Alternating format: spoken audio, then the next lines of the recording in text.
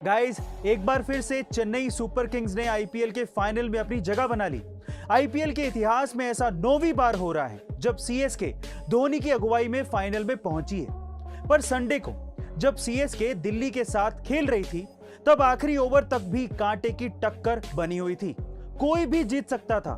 तब चेन्नई की जीत को लेके एक लड़की काफी भावुक हो रही थी। उस लड़की के सपोर्टिंग इमोशन को देखते हुए धोनी ने मैच जीतने के बाद उस लड़की को अपनी साइन की हुई बॉल गिफ्ट में दी। गाइस, अब आप समझ ही गए होंगे कि सीएसके और धोनी के लिए इतनी दीवानगी क्यों है। एप्पल कंपनी की वर्थ आज $2 ट्रिलियन से भी ज्यादा है और ये दुनिया की सबसे मूल्यवान कंपनियों में से एक है। पर सवाल ये उठता है कि एप्पल कंपनी आखिरकार यहां तक पहुंची कैसे। चलिए आज मैं आपको बताता हूं। जब स्टीव जॉब्स ने एप्पल कंपनी की शुरुआत की थी, तो वे सिर्फ ऐसा प्रोडक्ट बनाना चाहते थे जैसा वो सोचते थे। वो एक फ्यूचरिस्टिक थिंकर थे। वो कस्टमर के बारे में नहीं सोचते थे कि कस्टमर उनका प्रोडक्ट खरीदेगा या नहीं खरीदेगा। वो सिर्फ भविष्य को ध्यान में रखकर प्रोडक्ट बनाते थे और यही सोच कंपनी में आज भी है। एप्पल कभी नहीं सोचता कि उनका प्रोडक्ट कस्टमर खरीद पाएगा या नहीं खरीद पाएगा।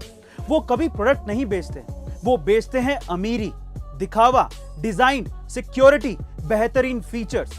इसी वजह से एप्पल आज यहां तक पहुंचा है। गाइस, आपका एप्पल के प्रोडक्ट्स के बारे में क्या ख्याल है, कमेंट सेक्शन में जरूर लिखेगा। गाइस, ये घटना घटी साल 2017 में, जब फ्लोरिडा की रहने वाली एक 10 साल की लड़की पर एक मगरमच्छ ने अचानक से हमला कर दिया और उसके पैर को अपने जबड़ों में दबोच लिया। वो तो एंड टाइम पे उस लड़की का दिमाग चल गया और एक ट्रिक की वजह से उसकी जान बच गई। क्या थी वो ट्रिक, आप भी जरा ध्यान से सुनिएगा, आपको भी बहुत काम आएगी। उस लड़की ने अपनी दोनों उंगलियां मगरमच्छ के नाक में घुसेड़ दी। उसके बाद मगरमच्छ को सांस लेने में प्रॉब्लम होने लगी और उसने अपना मुंह खोल दिया। बस फिर क्या था, लड़की ने अपना पैर बाहर खींचा और वहां से भागकर अपनी जान बचाई।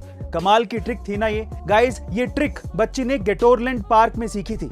आपको ये ट्रिक जान के कैसा लगा, कमेंट सेक्शन में जरूर लिखेगा। एक बार एक क्लास के टीचर ने अपने सारे बच्चों को गुब्बारे देते हुए कहा कि तुम इसे फुलाकर अपना नाम लिखो और उसे फ्लोर पे छोड़ दो। सारे बच्चों ने ऐसा ही किया। फिर उसके बाद टीचर ने सारे गुब्बारों को मिक्स किया और बच्चों से कहा कि मैं तुम्हें 1 मिनट का समय देता हूं, तुम अपने अपने नाम का गुब्बारा ढूंढो। लेकिन उस 1 मिनट में बहुत ही कम बच्चे अपने नाम का गुब्बारा ढूंढ पाए।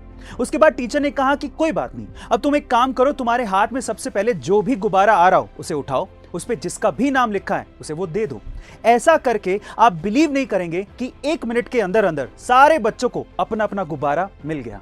गाइस, यहां सीखने लायक बात यह है कि हमारी जिंदगी में खुशियां भी गुब्बारों के जैसी होती हैं। ये हमें नहीं मिलती अगर हम अपनी खुशियां ढूंढते रहेंगे, लेकिन अगर हम दूसरों की खुशियों का भी ख्याल रखेंगे तो शायद हमें हमारी खुशियां भी मिल जाएं। पाई एक ऐसा रहस्यमय कमाल का नंबर है जिसके डेसिमल के बाद अनंत नंबर आते हैं और जिसे आज तक पूरी तरह से कोई भी कैलकुलेट नहीं कर पाया है। लेकिन स्विट्जरलैंड के साइंटिस्ट और रिसर्चर्स का यह कहना है कि उन्होंने पाई के नंबर को डेसिमल के बाद 62.8 ट्रिलियन नंबर तक कैलकुलेट कर लिया है, और वो भी पूरे 108 दिन की कड़ी मेहनत के बाद।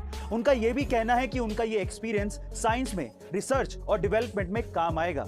बाय द वे, मेरा आपसे ये सवाल है कि पाई की वैल्यू को आप डेसिमल के बाद कितने नंबर तक याद कर पाए हैं, कमेंट सेक्शन में जरूर लिखेगा। और ऐसे अमेजिंग वीडियोस के लिए शेयर, सब्सक्राइब एंड लाइक। मिलते हैं अगली वीडियो में।